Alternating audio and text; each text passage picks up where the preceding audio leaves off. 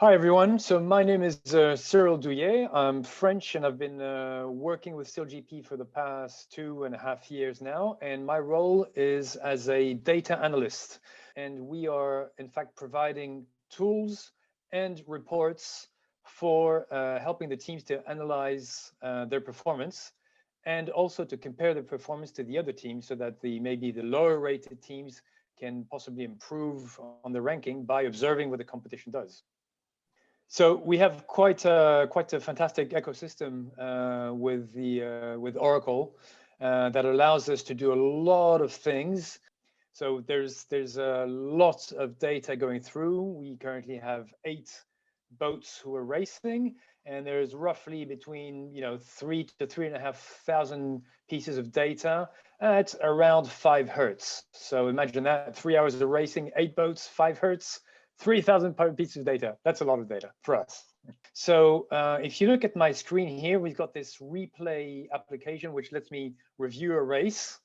This race was actually in Bermuda. And you might have noticed that I didn't put the north up. I've actually put the wind up. You see this arrow is displaying that. And you'll see that this arrow will vary a little bit because obviously the wind is not fixed. And that's what makes sailing so much fun. So in sailing, there's a whole procedure for the start. You can't just start at any point in time. There's a timer that is planned in advance that gets pushed to the boats. They can have it on the water. There's actually a display showing that. And so there's a whole game of pre-start, which means that during those, let's say it's 2 minutes, you have to pre-position your boat as best you can. And you see the boats who are trying to stay within the boundary. They're trying to avoid the opponents, trying to position themselves, all the while keeping a close eye on that countdown. There's only 10 seconds to go now. And you see some boats have already chosen to be more up there. So these 2 guys might be trying to go down there. And they fight. 2 seconds, 1 second to go. And bang, the gun goes. And if you look at this French boat, he was right on the line. In fact, he was just fine. He didn't burn the start. And here we go. And then we have the first reaching leg. Critical part of the race, because we know for a fact that in sailing, very often, the rich get richer. You get to this mark first, like who was there first? I think it was the French and the Australian. You get there first, you have a massive advantage for the rest of the race.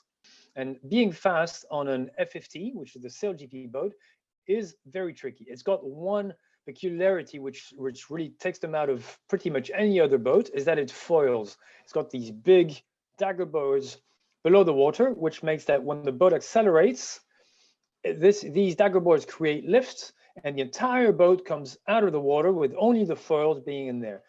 Big advantage, you have a lot less drag coming from the hulls of the boat, and so you can go a lot faster. The next place they have to go is between what we call a gate, so that's also 2 marks, leeward gate. Now, you could think that because the wind is coming from the top here, the wind is pushing them down, so you think they could go straight down. It turns out that for this type of boats, those catamarans, and actually for most boats today, it's actually not the fastest point of sailing. And you'll see that these boats want to go in diagonal rather. And so in fact, it's faster to not go straight downwind. So at some point, they will have to do what we call a jibe, is to go and change their direction to go in the other diagonal. So let's see that in action. Okay, we can see a couple of boats that jibed. And you can actually see, we'll see later, that there's a blinking boat. He went outside that course and he got a penalty. We can see that on the side and it's blinking. Anyway, let's carry on the race. They might have to do 1 or more jives. Anyway, all the boats are now going through this leeward gate between the 2 marks. And all of a sudden, they're now trying to go upwind to the windward gates. Windward gate is up here. In order to do that, they have to go against the wind, because remember that the wind is still roughly going in from top to bottom here. You can't go straight into the wind. So in that case, you're also going to go into diagonal, with the difference that you have no choice. You just cannot go straight into the wind. And this time, when the boat turns, it's called a tack. So just remember that. You're going downwind, you have to jibe. You're going upwind, you have to tack. So let's see this in action. Here are the boats going upwind and occasionally tacking, avoiding each other, and going to the top mark. You have to tack and jibe quite often. Now, tack and a jibe, we call those maneuvers in sailing, and it can get pretty tricky because all of a sudden the boat loses a lot of its power while it's turning, and it can very easily fall back on the water and stop foiling. And that obviously is a great loss of time because all of a sudden you have to re-maneuver to get speed again and go up.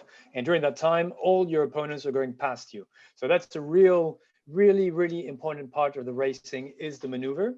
And the teams will spend pretty much as much time practicing maneuvers as they will straight line. And so for the rest of the racing, they're going to do a couple of turns like that, going back down, going back up until they get to the very finish.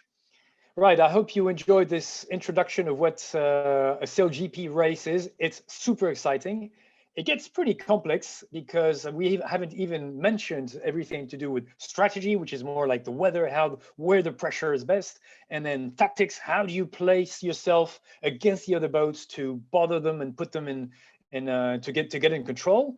So there's a whole wide game. You want to learn more? I think you should really tune into the TV footage when we have an event.